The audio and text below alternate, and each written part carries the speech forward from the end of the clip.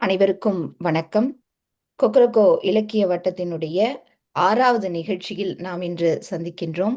இன்றைக்கு நம்மிடையே உரையாற்ற இருக்கின்றார் நெல்லை அன்புடன் ஆனந்தி அவர்கள். அவரை பற்றி நாம் நிறைய அறிந்திருக்கின்றோம். எனக்கு எப்பவுமே தோணும், அவங்களுக்கு மட்டும் 24 மணி நேரத்துக்கு மேல ஒரு நாளைக்கு இருக்கா அப்படின்னு. அந்த அளவுக்கு நிறைய இலக்கிய பணிகள் செய்யக்கூடியவர். நிறைய நூல்கள் எழுதியிருக்காங்க.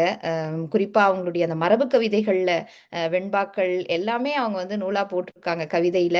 அவங்களுக்கு என்னுடைய வணக்கம் இன்றைக்கு. அவங்க யார் அறிமுகப்படுத்துறாங்க, யாருடைய நூல் அப்படின்னு பார்த்தீங்கன்னா, சக்தி என்கின்ற மலர் நடராஜன் அவர்களுடைய ஒரு நெடுங்கதையை பற்றி நம்மோடு பகிர்ந்து கொள்ள இருக்கின்றார். மெய்யின் மெய்யுருவே அப்படின்றது அந்த நெடுங்கதையினுடைய தலைப்பு. அவங்களும் இணைஞ்சிருக்காங்க, எழுத்தாளரும் இன்னைக்கு நம்மளோட இணைஞ்சிருக்காங்க. ரொம்ப மகிழ்ச்சிமா, வணக்கம். அவங்கள பத்தி சொல்லணும்னா, அவங்க கல்லூரி காலத்துல இருந்து தொடர்ந்து நெடுங்கதைகள் எழுதிட்டு இருக்கிறாங்க. 55 நெடுங்கதைகள் எழுதியிருக்காங்க அப்படின்னாங்க. எனக்கு ரொம்ப வியப்பா இருந்தது. இப்போ வந்து இது 9வது நெடுங்கதை இல்லைங்களா இது? 10வதும் வெளிவர போகுது அப்படின்றாங்க. பெண் எழுத்தாளர்கள் நெடுங்கதைகள் எழுதுவதுன்றது ரொம்ப ரொம்ப தமிழ் சமூகத்துல அரிது அப்படின்னு சொல்லக்கூடிய இடத்துல இருந்து இத்தனை நெடுங்கதைகள் எழுதியிருக்காங்கன்றது ரொம்ப வியப்பா இருக்கு. அவர்களை கொக்கரக்கோ இலக்கிய வட்டத்தின் மூலம் அறிமுகப்படுத்துவதில் ரொம்ப மகிழ்ச்சி. ஆனந்தி தோழருக்கும் நன்றி, இந்த எழுத்தாளரை நம்முடைய இலக்கிய வட்டத்தின் மூலம் நீங்கள் அறிமுகப்படுத்தியதற்கு. நீங்க இப்ப உங்களுடைய உரையை தொடங்கலாம் தோழர். ரொம்ப மகிழ்ச்சி தோழர். எங்கள் வாழ்வும் எங்கள் வளமும் மங்காத தமிழ் என்று சங்கே முழங்கு. அன்னை தமிழுக்கு என் முதல் வணக்கம். கொக்கரக்கோ இலக்கிய வட்டம் நடத்தக்கூடிய இந்த அருமையான இந்த இலக்கிய நிகழ்ச்சியில் நாவல் எழுத்தாளர் சக்தி அவர்களின், அதாவது மலர்குழலி நடராஜன், அதுதான் அவர்களுடைய இயற்பெயர், அவர்களுடைய மெய்யின் மெய்யுருவே அந்த பேரே என்ன ரொம்ப கவர்ந்தது. அந்த நூலை நான் உங்ககிட்ட காமிக்கிறதுல ரொம்ப பெருமைப்படுறேன். அது என்னுடைய கைக்கு கிடைச்சதும் நான் அதை படிச்சுட்டு நான் தோழர் கனிமொழி அவர்கள் கிட்ட இலக்கிய வட்டத்துல நீங்க பேச வாங்கன்னு சொன்னப்போ நான் இந்த நூலை நான் எடுத்துக்கிட்டுங்களான்னு கேட்டேன். தாராளமா செய்யுங்க அப்படின்னாங்க. இந்த அதாவது அறியப்படாத நல்ல பிரபலமா இருக்கிற எழுத்தாளர்களை பற்றி நாம் பேசிக் கொண்டிருக்கக்கூடிய ஒரு சூழல்ல, இங்கே நம்ம நம்ம கூடயே வாழ்ந்து கொண்டு இருக்கக்கூடிய பிரபலங்கள், வெளியே தெரியாதவர்களை நம்ம அறிமுகப்படுத்தணும் அப்படிங்கிற ஒரு நோக்கத்துல கனிமொழி தோழர் நிறைய செஞ்சுட்டு இருக்காங்க. அதற்கு என்னுடைய அன்பும் வாழ்த்தும் அவருக்கு. இந்த நிகழ்ச்சியில் இணைந்திருக்கக்கூடிய நூலாசிரியர் நிகழ்ச்சியில் இணைந்திருப்பது மிகச் சிறப்பு. என்னுடைய அன்பு அக்கா என்றுதான் நான் அவர்களை அழைப்பதுண்டு. எழுத்தாளர் சக்தி அவர்களுக்கு என்னுடைய அன்பையும் வாழ்த்தையும் பாராட்டையும் தெரிவித்துக் கொள்கிறேன். இணைப்பில் இணைந்திருக்கக்கூடிய ராதா அவர்கள், ஜெயபிரகாஷ் அவர்களுக்கும் என் அன்பு வணக்கமும். இவங்களை பத்தி என்ன சொல்றது, எங்க இருந்து ஆரம்பிக்க அப்படின்னு பாத்தீங்கன்னா, முதல்ல இவருடைய தமிழ் கடல் மறைமலை அடிகளாரின் கொள்ளு பேத்தி இவங்க. அது ரொம்ப ரொம்ப ஒரு பெரிய விஷயம். நான் இவ்வளவு பெரிய ஒரு பிரம்மாண்டமான குடும்பத்துல இருந்து இவங்க வந்து சொல்லணுமா, அவங்க வீட்டுல இருந்து வந்து இவங்க எழுதாம இருந்தாதான் ஆச்சரியம். அது மட்டும் இல்லாம இவருடைய அப்பாவும் ஒரு தமிழ் புலவரும் தமிழ் ஆசிரியரும் கூட.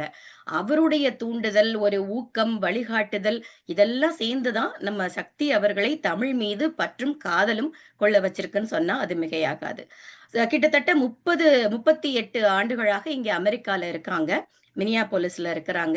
நம்மலாம் எங்களை போல, நானு கனிமொழி தோழர், எங்களை மாதிரி புலம்பெயர்ந்து இருக்கக்கூடிய, தொலைதூரத்துல இருந்தாலும் அந்த மனசுல எங்களை வந்து தொப்புள் கொடி உறவாக நம் தாயகத்தோடு இணைத்திருப்பது நம் தாய் தமிழ். அந்த தாய் தமிழ் மேல இருக்கிற பற்றுனால, பிறந்த மண்ணின் மேல இருக்கிற பாசத்தினால, ஈர்ப்பால தொடர்ந்து தமிழுக்காக இவங்க உழைச்சிட்டு இருக்காங்க. இதை தாண்டி முழு நேரமா இவங்க அலுவலகத்திலையும் வேலை பார்த்துட்டு இருக்காங்க. பல இலக்கியங்களையும் படைப்புகளையும் தொடர்ந்து உருவாக்குவதில் வல்லவர். சோழ மண்ணில் பிறந்து வளர்ந்து பள்ளி பருவத்திலேயே கதை, கட்டுரை, கவிதை, புதினங்கள்னு நிறைய சின்ன வயசுல இருந்து எழுதிட்டு இருக்காங்க அவங்க. கணினித்துறையில இவருடைய முழு நேர பணி என்றாலும், இலக்கிய பணியும் இன்னொரு பக்கம் ஒரு முழு நேர பணியா செஞ்சுட்டு இருக்கிறாங்க. கிட்டத்தட்ட இவங்க 55 நெடும் நாவல்கள், அதாவது நெடுங்கதை நாவல்கள் எழுதியிருக்காங்க.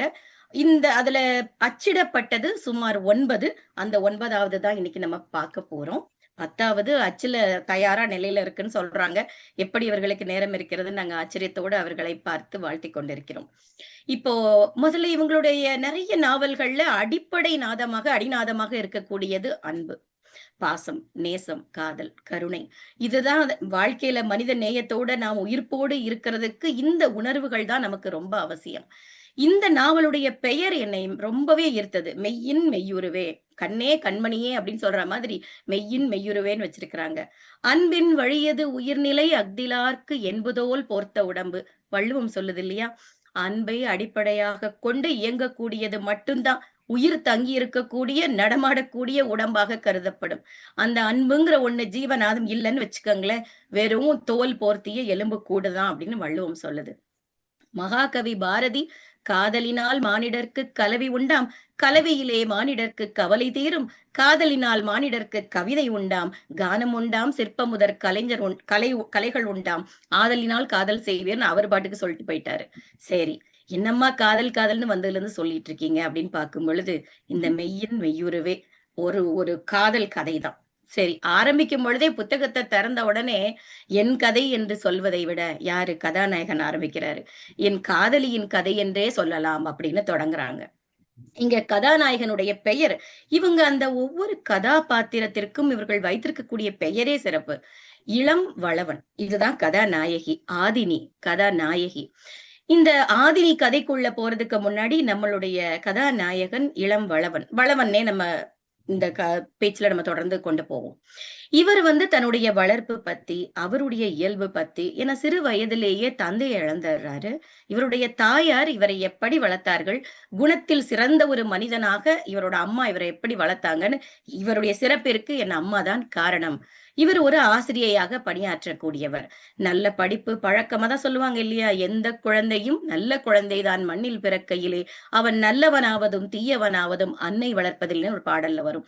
அதுபோல இவருடைய நல்ல படிப்பிற்கும் பழக்கத்திற்கும் பண்பாட்டிற்கும் நல்ல பண்புகளுக்கும் இவருடைய தாயிடம் வந்துதான் பரிபூரணமாக வந்திருக்குன்னு இந்த கதாநாயகன் சொல்றார். இவரு ஆதினிய சந்திச்ச அந்த முதல் காட்சி அப்படியே நம்ம ஒரு எல்லாத்தையும் மறந்துட்டு இந்த நாவல், ஏன்னா நம்ம இன்னைக்கு ஒரே தொழில்நுட்ப காலத்துல எல்லாரும் பிடிஎஃப்னு ஓடிட்டு இருக்கோம். வெகு நாட்களுக்கு பிறகு இந்த நாவலை இப்படி கையில அதனுடைய அந்த ஸ்பரிசம் நம்ம கையில பட்டு நம்ம படிக்கும் போது அந்த மகிழ்ச்சியே ஒரு தனி.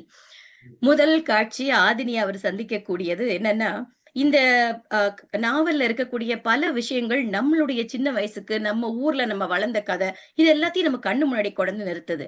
அப்படி எப்படிப்பட்ட காட்சிகள்னு பாத்தீங்கன்னா, நம்ம இப்போ இன்னைக்கு எதுக்கெடுத்தாலும் கார் எடுத்துட்டு இருக்கோம். ஒரு ஒரு ஒரு சின்ன பால் வாங்க போனா கூட இங்க உங்களுக்கு தெரியும், ஏன்னா அது இல்லாம ஒண்ணும் முடியாதுன்னு சொல்லி எதுக்கு எடுத்தாலும் நம்ம நாட்டிலயும் பார்த்தா ஒரு ட்ரெயின் எடுக்கிறது, டாக்ஸி எடுக்கிறது, பைக் எடுக்கிறதுன்னு. இந்த கதாநாயகன் மிதிவண்டியில வராரு, அதே மாதிரி நடந்தே நூலகத்துக்கு வராரு. அந்த மாதிரியான சூழல்கள்லாம் நம்மலாம் அப்படித்தானே இருந்தோம் அப்படின்னு நம்மள யோசிக்க வைக்குது. இந்த மனிதர்களிடையே இன்னைக்கு ரசிப்புத்தன்மையும் ரொம்ப குறைஞ்சு போச்சு. எப்ப பாரு கால்ல சக்கரத்தை கட்டிட்டு ஓடிட்டு இருக்கோம். ஒரு வாய் காஃபி எடுத்து ஒரு ஓரமா உட்கார்ந்து ஒரு 10 நிமிஷம் அது சூடு அடங்குறதுக்குள்ள நம்ம குடிச்சிட்டோம்னா அது பெரிய சாதனை தான். இன்னைக்கு எத்தனை பேரு காஃபியை எடுத்துட்டு அதை ஆறி திரும்ப சுட வச்சு ஆற வச்சு இப்படி போயிட்டு இருக்கு வாழ்க்கை. கதாநாயகன் வராரு. அது ஒரு மாலை நேரத்துல அவர் முகத்தெல்லாம் கழுவிட்டு, அவங்க அம்மா தர பலகாரத்தெல்லாம் சாப்பிட்டுட்டு, அவர் வீட்டுல இருந்த செடிக்கெல்லாம் தண்ணி ஊத்திட்டு, வீட்டுல இருக்கிற பசு கண்ணு இதுக்கெல்லாம் அதுக்கு புல்லெல்லாம் எடுத்து போட்டுட்டு, பக்கத்து வீட்டு திண்ணையில் ரொம்ப முக்கியம், இன்னைக்கு திண்ணையே காணோம், பக்கத்து வீட்டு திண்ணையில உட்கார்ந்து இருக்க பாட்டிக்கிட்டையும் அவர் அளவலாவிட்டு அப்படியே காலார நடந்து அங்க பக்கத்துல இருக்க நூலகத்துக்கு வராரு. இதுதான் முதல் காட்சி. அவர் ஆதினியை சந்திக்க போறாரு. இந்த நேரத்துல கதாநாயகியை நம்ம பார்க்கணும்னா, இங்க இந்த நூலகம் சொன்னேன் இல்லையா, அவர் நடந்தே வரக்கூடிய அந்த நூலகத்தோட உரிமையாளரா இருக்கக்கூடியது நம்ம வளவனுடைய அப்பாவுடைய நண்பர் கேசவன் மாமான்னு சொல்றாரு. இவரை பார்த்ததும் அவர் மகிழ்ச்சியில கட்டி பிடிச்சிட்டு, என்னடா எப்படா வந்த, எத்தனை நாள் லீவ்ல வந்திருக்க அப்படின்னு எல்லாம் கேட்கிறாரு. இவரு நூலகத்துக்கு வரக்கூடிய காரணம் என்னன்னு கேட்டீங்கன்னா, இவரு சும்மா ஓய்வா இருக்கக்கூடிய நேரங்கள்ல அங்க இருக்கக்கூடிய நூல்கள் எல்லாம் அடுக்கி தரது, ஏதாவது நூல்கள் அவங்களுக்கு ஆர்டர் பண்ணி வாங்கி கொடுக்கறது, இந்த மாதிரி குட்டி குட்டி வேலை எல்லாம் செய்யறாரு. அவர் ஆற தழுவி, டேய் புது நூல்கள் நிறைய வந்திருக்கு வளவா, எத்தனை நாள் வந்திருக்கேன்னு தெரியல, வந்துட்டு வந்து போயிட்டு இரு. உன்னோட இவர் சொல்றாரு, நீங்க உங்க ஆரோக்கியம்லாம் எப்படி இருக்கு மாமா அப்படின்னு ரொம்ப ஒரு பாச பிணைப்பு. இதெல்லாம் இத படிக்க படிக்க எனக்கு இந்த மனிதத்தை நாம் கொஞ்சம் கொஞ்சமாக இழந்துட்டு இருக்கிறோமே, ஒரு மாதிரி ஒரு மெஷின் லைஃப் மாதிரி போயிட்டு இருக்கேன்னு நம்மளை இழுத்துட்டு போகுது அப்படியே பின்னாடி. அப்ப ஒருத்தருக்கு ஒருத்தர் பேசிட்டு இருக்கும்போது இப்ப கூட வந்திருக்கு நிறைய புத்தகங்கள், நீ போய் பாருப்பா அப்படின்னு சொல்றாரு. இவர் உடனே ஒரே தாவா தாவி மேல் தளத்துக்கு வராரு நம்ம ஹீரோ. ஒரு அங்கதான் 2 ஒரு புத்தக அலமாரி, ஒரு காட்சி. உயிர் ஓவியமாக கையில் ஒரு புத்தகத்தை வைத்துக்கொண்டு நம்ம ஆதினி அங்க நிக்கிறாங்க. இவரு பாட்டுக்கு எப்பவும் போல நடந்து வரவர் அந்த காட்சிய பார்த்ததும் ஸ்தம்பிச்சு போய் அப்படியே நிக்கிறாரு. நகர முடியாமல் அவளையே பார்க்க தோணுது அவருக்கு. நம்ம இப்படிலாம் கிடையாதே, எனக்கே இப்படி தோணுதுன்னு அவரே கேட்டுட்டு, இருந்தாலும் அவரால தவிர்க்க முடியல. அந்த அழக நம்ம நூலாசிரியர் எழுதுறாங்க. அந்த மாலை நேர அந்த ஜன்னல் வழியாக, சாளரம் வழியாக அந்த மஞ்சள் சூரியன் வருதாமா. அந்த ஒளிபட்டு இவருக்கு ஒரு பிரமிப்பை ஏற்படுத்துகிறது. ஒரு தேவலோக மங்கை மாதிரி அந்த பெண் அங்க நிக்கிறா ஆதினி. யாரா இருக்கும் இவ? இவள நான் இதுக்கு முன்னாடி பார்த்ததே இல்லையே! ஒருவேளை கல்லூரிக்கு எதுவும் மேல் படிப்புக்கு வந்திருப்பாளோ? ஐயோ! முகம் சரியா தெரிய மாட்டேங்குதேன்னு தவிக்கிறாரு. இந்த தவிப்பெல்லாம் எதுக்கு? போய் பேசிருவோம் அப்படின்னு சொல்லி கிட்ட வந்து, "என்ன நின்னுகிட்டே படிக்கிறீங்க போல இருக்கு" அப்படின்னு பேச்சு குடுக்குறாரு. அவங்க யாரு? உஷார் இல்ல. திரும்பி கூட பார்க்கல. "ஆமா" அப்படின்னு சொல்லிட்டு அவங்க பாட்டுக்கு புத்தகத்திலே இருக்காங்க. இது என்னடா இப்படி ஆயிருச்சே! முகத்த பார்க்க முடியலையே அப்படின்னு சொல்லிட்டு திரும்பவும் ஏதாவது பேச்சு குடுக்கணும். பக்கத்துல இருக்கவங்கள திரும்பி பார்க்க முடியாத அளவுக்கு அப்படி என்ன சுவாரஸ்யமா படிக்கிறீங்க? அப்படின்னு வம்புக்கு இழுக்கிறாரு. அப்பதான் நிமிர்ந்து பார்க்கிறா. அமைதியா நிமிர்ந்து பார்க்கிறா. புத்தகத்த அப்படியே திருப்பி அவங்கிட்ட காட்டுறா. அதுல தொல்லியல் சம்பந்தப்பட்ட ஒரு ஆராய்ச்சி நூலு. ஓஹோ! ஒருவேளை ஒரு ஆராய்ச்சி மாணவியா இருக்கும் போல இருக்கு. அப்படின்னு இவன் நினைச்சுக்கிட்டு இருக்கும்போதே அவ பாட்டுக்கு கையில 2 நூல எடுத்துட்டு கிளம்புறா.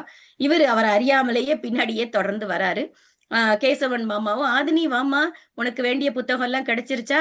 எதுவும் வேணும்னா கூட சொல்லு, நான் உனக்கு வாங்கி தரேன். இதோ வளவன் இருக்கான், அவனே போய் வாங்கிட்டு வந்துருவான்னு" சொல்லவும், அவன நிமிர்ந்து பார்த்துட்டு, தலையாட்டிட்டு அவ பாட்டுக்கு கிளம்புறா. இவர்தான் அங்க விழுந்துட்டாரே. அவரு கதாநாயகனும் அவ பின்னாடியே போக தான் யோசிக்கிறாரு. அப்படி நல்லா இருக்காதேன்னு சொல்லி, ஒரு ஆச்சரியம் கலந்த ஒரு ஒரு ஒரு மயக்கத்தோடயே நிக்கிறாரு. அவருக்கு அன்னைக்கு இரவு ஃபுல்லா தூக்கமே வரல. யார் இவ? யார் இவன்னு சொல்லிட்டு, "ஏன் இப்படி நான் ஆயிட்டேன்? என் மனச ஒருத்தி அடிச்சு சாய்ச்சுட்டாளே!" அப்படின்னு குழம்பிக்கிட்டே இருக்காரு. உறக்கம் சரியா வரல. காலையில எந்திரிச்சு பார்த்தா, பூக்கள பார்த்தா, அந்த அம்மா முகம் தான் இவருக்கு தெரியுது. ஏன்னா காதலிப்பவர்களுக்கு எல்லாமே அப்படித்தான். உலகமே அந்த காதல் மயமாகத்தான் தெரியும் இல்லையா? அத ரொம்ப அழகா நிறைய எழுதியிருக்காங்க. ஏன்னா இந்த நூல் 333 பக்கங்கள். அதெல்லாம் நான் சொன்னேன்னா 3 நாளா உட்கார்ந்து நான் பேசணும். முடிந்தவரை நான் மேலோட்டமாக சொல்ல முயற்சி பண்றேன். இங்க அவரு வீட்ல மறுநாள் எப்பவும் போல அவரு கிளம்பி, அவர் வீட்ல ஒரு என்ஃபீல்டு பைக், எனக்கு என்னன்னா நம்ம வீட்லயும் இருந்தது. என்னுடைய தம்பி அது வச்சிருந்தாரு. அதுல ஏறி உட்கார்ந்து உட்கார்ந்து பார்ப்பேன் நானு. ஏன்னா நமக்கெல்லாம் பெண்களுக்குன்னா உடனே ஒரு ஸ்கூட்டிய வாங்கி தந்துரும். ஆனா எனக்கு என்ஃபீல்டு மேல தான் மோகம். உட்கார்ந்து உட்கார்ந்து பார்த்துட்டு இருப்பேன் நானு. அது எனக்கு நினைவு வந்துச்சு. என் தம்பி பேரும் மணி தான். இங்க அவங்க வீட்ல வேலை பார்க்கிற அந்த ஒரு தம்பி பேரும் மணி. அவரு ஓடி வந்து, "அண்ணா, அண்ணா உங்க பைக்க நான் எப்படி வச்சிருக்கேன் பார்த்தீங்களான்னு." எதுக்காக அந்த பைக்க காப்பாத்துறாங்கன்னா, அவருடைய அப்பா அந்த பைக்க வச்சிருந்திருப்பாரு. "ரொம்ப அழகா வச்சிருக்கடா, உனக்கு என்னடான்னு" அவன்கிட்ட அன்பா பேசிட்டு, அவர் பாட்டுக்கு பைக்க எடுத்துட்டு வாத்தியார்லாம் பார்த்துட்டு வரேன் அப்படின்னு சொல்லிட்டு கிளம்புறாரு. அப்போ இவரு லைப்ரரிக்கு இவருக்கு மனசெல்லாம் அந்த ஆதினி மேலே இருக்கு. அவ வந்திருப்பாளான்னு பார்க்கலாம். இல்ல வந்துட்டு போயிருப்பாளான்னு வேகமா பதிவு பட்டியல் நம்ம பெயர்கள்லாம் எழுதியிருப்பாங்க இல்லையா? அத பார்க்கிறாரு. அதுல ஆதினி பெயர் இருக்கு. அப்பாடி உள்ளதா இருக்கா போல இருக்குன்னு போய் பார்த்தா அவள காணோம். எங்க போயிருப்பா? கையெழுத்து போட்டிருக்கேங்கும்போது தான் அவ அப்பதான் கையெழுத்து போட்டு வெளிய போறா. கையில புக்க எடுத்துட்டா போல இருக்கு. வெளிய போயிட்டு இருக்கா. இவரும் அப்படியே ஒரே தாவ தாவி அவரு பின்னாடியே போறாரு. ஏன்னா அவருடைய மனசு அவ பக்கம் சாஞ்சிருச்சு. இதுக்கு வேற மாற்று எதுவுமே இல்ல அவருக்கு. இவள பார்த்தாலே நமக்கு ஏன் இப்படி பதட்டம் வருது? ஏன் தவிக்கிறேன்? ஏங்குறேன்? எனக்குள்ள என்னமோ பண்ணுதே அப்படின்னு சொல்லி அவ கூடயே பைய பின்னாடி நடந்து போறாரு. இவங்களுக்குள்ள அந்த ஒரு ஒரு பேச்சு தொடங்குறதே ஒரு ஓவியம் மாதிரி இவங்க நூலாசிரியர் பண்ணியிருப்பாங்க. அத நீங்க தான் படிக்கணும். ஏன்னா நம்ம எல்லாத்தையும் சொல்லிட்டா சுவாரஸ்யங்கள்லாம் போயிடும். இந்த ஒரு தெளிந்த நீரோடை மாதிரி அந்த அம்மா போயிட்டு இருக்க, இவ சும்மாவே நடந்து பின்னாடி வரா மாரி ஒரு காட்சிப்படுத்தியிருக்காங்க. ஒரு கட்டத்துல என் கூட நடந்து பின்னாடியே என்ன நடந்து வந்துட்டு இருக்கீங்கன்னு அவங்க கேட்கும்போது, இவர் ரொம்ப தைரியமாவே சொல்றாரு, "வாழ்க்கை பூரா உங்க கூட நடந்து வரதான் ஆசை. காலகாலத்துக்கு உங்க கை பிடிச்சு நடந்து வர ஆசைப்படுறேன். ஆனா அது முடியாது." அப்படின்னு அங்க உடைக்கிறாரு. இவ இவ இதெல்லாம் நடந்தது என்னன்னா, கொஞ்ச நாளாவே நடந்து வந்த அப்புறம் தான் இந்த தைரியத்தோட பேசுறாரு. "ஓ! அப்படியா?" அப்படின்னு சொல்லி இந்த அம்மாவும் கேட்கறாங்க. "ஏன்? எதுக்காக முடியாதுன்னு கேட்க மாட்டீங்களான்னு?" இவரு வம்பிழுக்கிறாரு. அப்பதான் அவ "ஏன் கேட்டவருக்கே சொல்லத் தெரியாதா?" அப்படின்னு அவங்களும் விடல. அதாவது அப்பதான் இவரு சொல்றாரு, இவரு பார்க்கக்கூடிய வேலைய பத்தி பேசுறாரு. நான் ராணுவத்துல வேலை செய்றேன். ரொம்ப ரகசிய பாதுகாப்பு துறையில இருக்கிறேன். எனக்கு காதல் கல்யாணம்லாம் வந்து நான் என்னைக்குமே நெனச்சு பார்த்ததில்ல. காரணம் ஏன்னு நீங்க கேட்க மாட்டீங்களா? ஏன்னா, என்ன நம்பி வந்த ஒருத்தி, எனக்கு ஏதாவது ஆயிருச்சுன்னா, அவள நான் தனியா விட்டுட்டு போயிருவனே! அந்த எண்ணத்தினாலேயே எனக்கு இந்த கல்யாணம் எல்லாம் வேண்டாங்கிற ஒரு எண்ணத்தோட இருக்கேன்னோனே, இவ எதுவுமே அதிகம் பேசுறதில்ல. அது உங்களுடைய தனிப்பட்ட கருத்து இல்லையா? நான் எப்படி அத கேட்க முடியும்னு இந்த அம்மாவும் சொல்லிட்டு கடந்து போற மாரி காட்சி. இங்க வந்து இந்த உயிர் எனக்கே சொந்தமில்லாத போது, நான் உயிராக நினைக்கிற அவளுக்கு, நான் என்னை எப்படி தர முடியும்? ஒரு கவிதை மாதிரி ஒரு ஒரு சொல்லாடல அங்க நூலாசிரியர் வச்சிருக்கிறாங்க. இவ அமைதியா கேட்டுட்டு, அவ பாட்டுக்கு திரும்பி, "என்ன திரும்ப அப்படியே போயிட்டே இருக்கீங்க?" அப்படின்னு இவரு பின் கேட்கிறாரு. அவ பாட்டுக்கு நான் நான் கிளம்புறேன் அப்படின்னு சொல்லிட்டு கிளம்பி போயிட்டே இருக்கா. இப்படியாக இவங்களுடைய இந்த ஒரு ஒவ்வொரு முறையும் லைப்ரரிக்கு வர்றது, இவரு அவங்க பின்னாடி போறது, பார்வை பரிமாற்றங்கள் இப்படி போய்க்கிட்டே இருக்கு. ஆனா இவனுக்கு தெரிஞ்சு போச்சு. அவகிட்ட எனக்கு அளவுக்கு அதிகமா இவனுக்கு அன்பு இருக்குங்கிறது தெரிஞ்சு போச்சு. ஒரு ஒரு ஒரு அமைதியான அழகு அவளிடத்தில். இவனிடத்தில் ஒரு ஆர்ப்பாட்டம் இல்லாத ஒரு ஆசை, ஒரு காதல். அவளுடைய அழகு, அவளுடைய புறத்தில் மட்டுமில்லாமல் அகத்திலும் இருக்குங்கிறதுக்கு நிறைய இடங்கள்ல ஒவ்வொரு காட்சிப்படுத்துதலும் இங்க வச்சிருக்கிறாங்க. இந்த பேச்செல்லாம் முடியுது. ஒரு 2 நாளா இவ லைப்ரரிக்கே வரல. இவனுக்கு இருக்க முடியல. கேசவன் மாமாட்ட நேரடியாவும் கேட்க முடியாது. ஆதினி வந்தாளான்னு. ஒருவேளை இவ தொல்லியல் துறையில இருக்கிறதுனால எதுவும் டூர் மாதிரி போயிருப்பாங்களோ அப்படின்னு. அப்ப இவ கேசவன் மாமா ஒரு தடவ சொல்றாரு, அவங்க தொல்லியல் மாணவர்களோட வெளியூர் கூட போயிருக்கலான்னு பேசும்பொழுது, இவனுக்கு உடனே தூக்கி வாரி போடுது. "தொல்லியல் இடமா? அங்க ஒரே குண்டும் குழியுமா இருக்குமே! அங்க போய் தோண்டி கிண்டி வச்சிருப்பாங்களே! வேகாத வெயில்ல ஆதினி மயங்கி விழுந்துட்டான்னா, பக்கத்துல ஏதோ மருத்துவம்" எங்க எப்படி யோசிக்கிறாரு பாருங்க. அவ்வளவு ஒரு அக்கறை. இவருக்கா இருக்க முடியல. அவ கல்லூரிக்கு வந்திருக்காளான்னு போய் பார்த்துட்டு வந்துரலான்னு சொல்லிட்டு, ஏன்னா கல்லூரி முதல்வராக இருக்கக்கூடியவர் கேசவன் மாமாவுடைய நண்பர். இவரு சும்மா கல்லூரிக்கு ஏன்னா இவருடைய வேலையே அந்த ஊரில் இருக்கக்கூடிய நூலகத்துக்கு உதவி செய்யறது, பள்ளிகளுக்கு, கல்லூரிக்கு குளத்த தூர்வார்றது, ஆறு தூர்வார்றது இந்த மாரி பொது பணி நெறைய செய்யறதுனால யாருக்கும் சந்தேகமே வராது. இவரு கல்லூரிக்கு வராரு. நேரடியா ஆதினி வந்திருக்காளான்னு கேட்க முடியாது இல்லையா? மெதுவா கேட்கிறாரு. அப்படியே நோட்ட விடுறாரு. இன்னைக்கு அ மரம் நடுற விழா நான் ஏற்பாடு பண்ணலான்னு இருக்கேன். அதுக்காக வந்து மாணவர்களுடைய பட்டியல், பெயர் பட்டியல்லாம் வேணும்னு சொல்லிட்டு பைய சேர்க்கிறாரு. இந்த தொல்லியல் துறையில இருக்கிற மாணவர்கள கூட சேர்த்துக்கலான்னு ஆசைப்படுறேன் ஐயா. அந்த மாணவர்களும் வந்தா எங்களுக்கு கூடுதல் உதவியா இருக்கும் அப்டின்ன உடனே தான், அங்க உடனே முதல்வர் சொல்றாரு, "ஓ! ரொம்ப நல்ல திட்டம் வளவா. அவங்கலாம் களப்பணிக்கு போயிட்டு வந்துட்டாங்க. அவங்களையும் நம்ம சேர்த்துக்கலான்னு" உடனே அப்பாடி வந்துட்டாங்க. தெரிஞ்சுக்கிட்டாரு. அவருக்கு வேண்டிய விஷயம் வந்துருச்சு. இங்க ஆதினிய அவர் தெரிஞ்ச மாரியே காட்டிக்கல. அவரு பாட்டுக்கு இந்த விசாரணை மட்டும் முடிச்சுட்டு கிளம்பி வந்துர்றாரு. அ எதுவுமே சொல்லாம போனதுனால மறுநாள் நம்ம நூலகத்துக்கு வரும்பொழுது, இவங்க 2 பேரும் ஒருத்தர ஒருத்தர் சந்திக்கும்போது, இவ இவளா வந்து வந்து பேசுறா. இவனுக்கு உள்ளுக்குள்ள ஒரு சின்ன ஒரு ஒரு கோபதாபம் மாதிரி. அதாவது சொல்லாம கொள்ளாம போயிட்டா அப்படின்னு. அவன் பின்னாடியே வரா. பேசாம எந்த பக்கம் வந்தாலும் நகண்டு நகண்டு போற மாதிரி. இவங்க 2 பேரும் மாத்தி மாத்தி இதே இந்த ஒரு ஒரு ஒரு அழகான ஒரு விளையாட்டு அவர்களுக்குள்ள. அப்போ 2 பேரும் "என்ன என் மேல கோவமா?" அப்படின்னு கேட்கும்போது, பின்னாடியே வந்து "அதெல்லாம் ஒண்ணும் இல்லையே" அப்படின்னு நீங்க வாய் தான் சொல்லுது, உங்க கண்கள் சொல்லல அப்படின்னு சொல்லி கேட்கறாங்க. அந்த காதல் கொஞ்சம் கொஞ்சமா டெவலப் ஆயி, இவங்களுக்கு இந்த இந்த மனசுக்குள்ள 2 பேருக்கும் காதல் இருக்குங்கிறது ஒரு ஐயமே இல்ல. ஒரு கட்டத்துல வெளிப்படுத்துறாங்க 2 பேரும் நேசிக்கிறத. இந்த புதிர் மாதிரியே போயிட்டு இருக்க காதல், என்ன மாதிரி இடத்துல, எங்க பேசுறாங்க அப்படிங்கிறதெல்லாம் நீங்க நூல படிச்சு தான் தெரிஞ்சுக்கணும். அவ்வளவு சுவாரஸ்யமா நம்மளுடைய சக்தி அவர்கள் கொடுத்திருக்கிறாங்க. இப்போ இவங்க கிட்ட பேசிக்கிட்டே அப்போ ஒரு ஒரு சூழல்ல அவ சொல்றா, இளையவரே அவன வந்து ஆசையா கூப்பிடுறதுக்கு இப்ப நம்ம ஊர்ல ஏங்கம்பாங்க, அத்தாம்பாங்க, மாமாம்பாங்க, டார்லிங்பாங்க, டியர்ம்பாங்க. இங்க பாருங்க, வளவன், இளம் வளவன். இவளுக்கு வந்து இளையவரேன்னு கூப்பிடுறா. அவனுக்கு அது அப்படியே ஒரு மயக்கத்துல இருக்கான். அப்ப இவ அப்ப சொல்லுறா, ஒரு சூழல்ல சொல்றா, "உங்க பேர பேசாம இளம் வளவன்னு வச்சதுக்கு பதிலா இளம் பாரின்னு வச்சிருக்கலாம்ன்னு" ஒரு பிட்ட போட்டு போயிட்டா. என்னடா இவ புதிர் போட்டு போயிட்டாளேன்னு இவனுக்கு அத பத்தி தெரியல. வரலாற்று ஆசிரியர போய் கேட்கலாம் அப்படின்னு சொல்லிட்டு இவன் வந்து கேட்கறான். அப்ப அவரு சொல்றாரு, "டேய்! உன்னோட அந்த பெண்ணுக்கு ஆதினிக்கு சரியான குறும்பு பெண் போல இருக்கு அவ. அந்த இளம் பாரிங்கிறது வேள்பாரியாக இருக்கலாம். ஏன்னா, அவனுடைய மனைவி பெயர் ஆதினி. அவளுக்கும் உன்னை மணம் முடிக்கவும், உனது மனைவியாகவும் ஆசை இருக்குங்கிறத எப்படி சொல்லிட்டு போயிருக்கா பாருன்னு" இவனுக்கு அப்பதான் புரிய வருது. அவளுக்கும் தன் மேல் ஈடுபாடு இருக்கிறது, காதல் இருக்கிறங்கிறது உறுதியாயிருச்சு. இப்ப ஆசிரியர் சொல்றாரு, உனக்கு என்னடா, அவ இவ்வளவு சொல்லிட்டா, அடுத்து கல்யாணம் தானேங்கிற மாதிரி பேசும் பொழுது இவன் திரும்பவும் அதே கதை சொல்றான். இல்ல ஐயா, உங்களுக்கே தெரியாதா என் வாழ்க்கை எப்படிப்பட்டது, என்ன நம்பி நான் ஒரு பெண் வாழ்க்கையை நான் எப்படி வீணாக்க முடியுங்கிற மாதிரி. அதெல்லாம் காலம் தாண்டா பதில் சொல்லும் வளவான்னு அவர் அனுப்பி வச்சிடுறாரு. இந்த சூழல்ல இவனுடைய நண்பர்கள் 2 பேரு, ரொம்ப அழகா பேரு, செழியன், சேரலன், வளவன் இவன் பேரு. இந்த 3 பேரும் இணைபிரியா நண்பர்கள். அந்த நண்பர்கள், அவர்களுடைய மனைவியர், அவங்க கிட்ட போயும் இந்த அன்பு பரிமாற்றத்தை பத்தி எல்லாம் இவன் பேசுறான். அவங்க துடிக்கிறாங்க, வாடா வாடா ஆதினி வீட்டுல போய் பேசிடலாம், எங்களுக்கு எல்லாம் ஒரே மகிழ்ச்சி, நீ எப்ப கல்யாணம் பண்ணிக்குவேன்னு காத்துக்கிட்டு இருக்கோன்னு குதிக்கிறாங்க. ஐயோ அவசரப்படாதீங்க, நானே இன்னும் அவகிட்ட வந்து உறுதிப்படுத்திக்கல, இப்பதான் தெரிஞ்சுக்கிட்ட அவ மனச, பொறுமையாதான் எல்லாம் செய்ய முடியும்னு இவர் அப்ப எடுத்து சொல்றாரு. திரும்ப திரும்ப எனக்கே அவ வந்து சொந்தம் ஆகவில்லை, நீங்கெல்லாம் அவசரப்படாதீங்கன்னு எல்லாரையும் கட்டுப்படுத்தி வைக்கிறாரு. அவ்வளவு அவசரம் அவங்களுக்கெல்லாம்.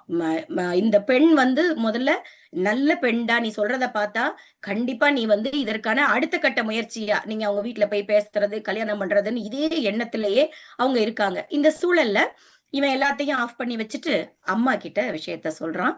அம்மாவுக்கு அப்படி ஒரு மகிழ்ச்சி, தன்னுடைய மகனுக்கு ஒரு வாரிசு வரப்போகிறது, கல்யாணம் பண்ணிக்கிட்டான்னா அவனுடைய வாழ்க்கை சிறப்பாக இருக்கும்னு சொல்லி, டே எனக்கு அவளை பார்க்கணுண்டான்னு. அம்மா அவசரப்படாதீங்கம்மா, நான் கூப்பிட்டு வரேன்.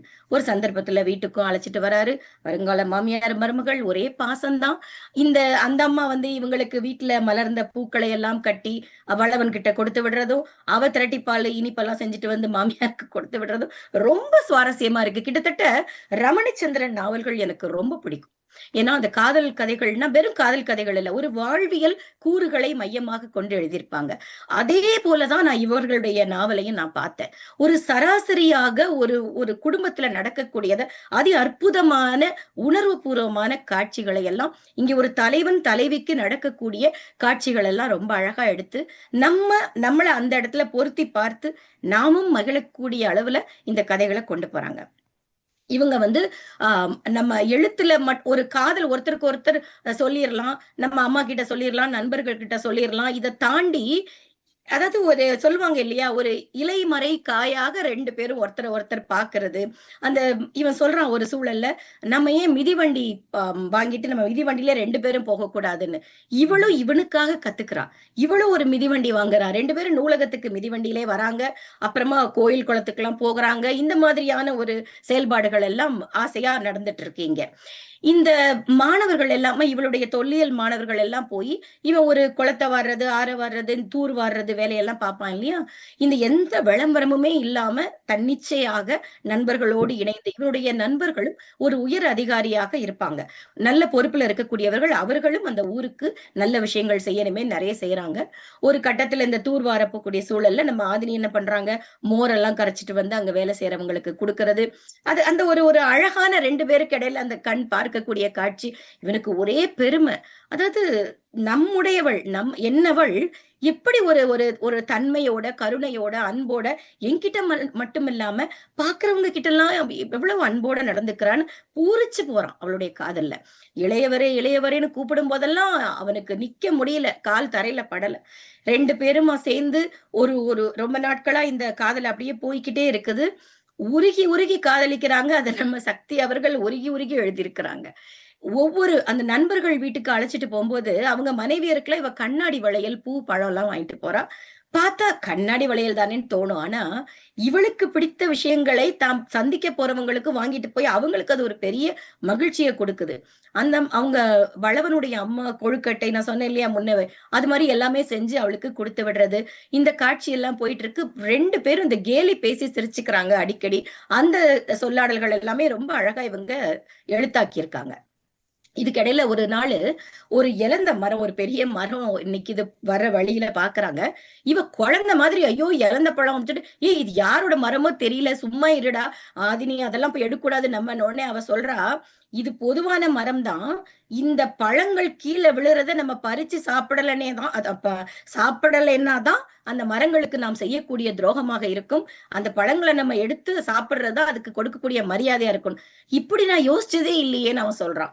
அப்ப இவளுக்கு அந்த ஒரு குட்டி பையன் அங்கிருந்து ஓடி வந்து அந்த கிளைகள் எல்லாம் உலுப்பி விடக்கூடிய காட்சி, பழங்கள் கீழே உதிருது, அவ குழந்தை மாதிரி ஓடி ஓடி பொறுக்கிறான். அப்பதான் இவன் பாக்குறான், பெரிய குடும்பத்துல பிறந்து நல்லா படிச்சு இவ்வளவு ஒரு உயர்ந்த ஒரு இடத்துல இருக்கக்கூடிய ஒரு பெண் எதுவுமே இல்லாம ஒரு குட்டி பொண்ணு மாதிரி ஓடி ஓடி பழம் பொறுக்கிறத பாக்குறா. அப்ப அந்த சின்ன பையனை பார்த்த உடனே ஆசையா கேக்குறா, நீயும் இவரை மாதிரி ராணுவ வீரனா வரணும்னு ஆசைப்படுறியா? நல்லா படிடா கண்ணா, உனக்கு ஏதாவது உதவி வேணும்னா நாங்க 2 பேர் இருக்கோம், நான் இந்த கல்லூரியில வேலை செய்யறேன், இவர் இங்க இருக்கிறாருன்னு பேரெல்லாம் சொல்லி உனக்கு எப்ப உதவி தேவைனாலும் எங்களை வந்து பாருன்னு அந்த சமூக அக்கறை அங்கங்கே தொட்டு செல்கிறார் நூலாசிரியர்.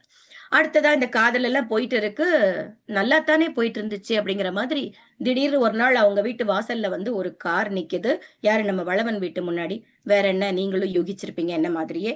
அவசர பணிக்காக உடனடியாக அழைப்பு வந்து விட்டது மேலதிகாரி கிட்ட இருந்து. இவங்க அம்மா துடிச்சு போறாங்க. என்னடா வளவா, 2 மாசம் லீவ் இருக்குன்னு சொன்னியடா, 1 மாசம் தானடா ஆச்சு, அது கூட முடியலையேன்னு அவங்க ஒருத்தருக்கு ஒருத்தர் ஒரு ஒரு அந்த ஒரு தாயினுடைய தவிப்பு பிரியா விடை கொடுத்து அனுப்புறாங்க. இது அவசர அழைப்பு. அதனால இவனால யார்கிட்டயும் முறையா சொல்லிட்டு போக முடியல. உடனே போற வழியிலேயே கேசவன் மாமாக்கு போன் பண்ணி சொல்றான், நண்பர்களுக்கு சொல்லிட்டு, தயவு செஞ்சு ஆதினி கிட்ட சொல்லிடுங்க, என்னால அவகிட்ட முறைப்படி சொல்லிட்டு கிளம்ப முடியல, எனக்கு ரொம்ப தவிப்பா இருக்குன்னு. அப்படியே வண்டியில போயிட்டு இருக்கும் போதே இவன் கண்களை தாண்டி செல்கிற வானம், பூமி, மரம், செடி, கொடி எதுவுமே இவன் மனசுல பதியல. முழுக்க முழுக்க ஆதினிதான் இருக்கிறாள். சொல்ல முடியாத ஒரு சோகம் அவனுக்குள்ள. அடடா, நம்ம கடமை அழைக்கிறது, அவகிட்ட ஒரு வார்த்தை சொல்ல முடியாம வந்துட்டேன்னு சிந்தனையிலேயே வரான். வந்து சேர்ந்தாச்சு. அங்க வந்து அங்கே இருக்கக்கூடிய ஒரு நண்பன், ரொம்ப அழகான ஒரு மலையாளி. அவர் பேரு சொரூபன். அந்த பேரு கூட ரொம்ப அழகா இருக்கு. அவர்கிட்ட வந்து சொல்றா, ஆதினிய பத்தியும் அவளுடைய சிறப்பை பத்தியும் சொல்லி சொல்லி பூரிச்சு போறான்.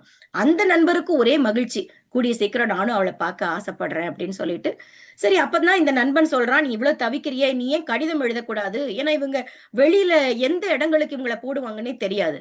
அப்போ நீ இங்க இருக்கும் பொழுதே ஒரு கடிதத்தை அனுப்பிட்டேன்னா உனக்கும் மனசு நிறைவா இருக்குமே நண்பன் சொல்ல இவர் கடிதம் எழுதுறாரு. எழுதி கேசவன் மாமாவுடைய நூலகத்துக்கு அனுப்புறாரு. ஆதினிக்கும் தனியா உள்ளுக்குள்ள ஒரு கடிதம் வச்சு, ஏன்னா அவனுக்கு தெரியும் மாமா வந்து பேரை பார்த்துட்டா எதையுமே படிக்காம அவகிட்ட பத்திரமா கொடுத்துடுவாருன்னு. அதி அன்பு ஆதினிக்கு அப்படின்னு ஆரம்பிக்கிறாரு. காதலுடன் நான் வரையும் மடல் அப்படின்னு, நீ இளையவரேன்னு என்ன அழைக்கிறது உயிராக எனக்குள்ள இருந்து என்னை வந்து மீண்டும் மீண்டும் ஒவ்வொரு நாளும் நான் புதுசா பிறக்கிறேன் அப்படின்னு சொல்லி அங்க சொல்றான். அந்த கடிதத்துல பெரிய கடிதம் இது.